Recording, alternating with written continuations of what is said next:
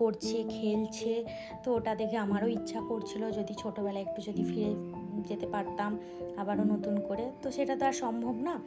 তো যাই হোক, আমরা তারপর নিয়ে নিয়েছিলাম এখানে পটেটো টুইস্ট, তারপর নিয়ে নিয়েছিলাম কর্ণাটকা পাঁপড়। তো এই পাঁপড়টা দেখো কত বড়, আমার থেকেও বড় লাগছিল। তারপর খেয়ে নিয়েছিলাম গোবি মাঞ্চুরিয়ান। হাজব্যান্ড বলছে খুবই খারাপ করেছে গোবিটা, আমিও খেয়ে দেখলাম হ্যাঁ খারাপই ছিল, তবুও খেয়ে নিলাম। চলো তারপর ওখান থেকে চলে আসি কিছু কেনাকাটা করতে, ছোট ছোট ওই নিত্যদিনের মানে যেগুলো রোজ তো ইউজ করা যায় সেরকমই সব টুকটাক কিনে নিয়ে আমরা চলে এলাম বাড়িতে।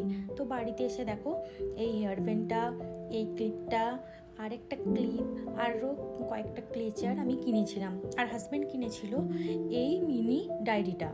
তো এই ডায়েরিটা দেখো খুবই সত্যি খুবই কিউট। তো আর এর গন্ধটাও পুরো চকলেটের মতনই ছিল, দেখতেও চকলেট চকলেট। তো এই ডায়েরিটা ও নিয়েছিল।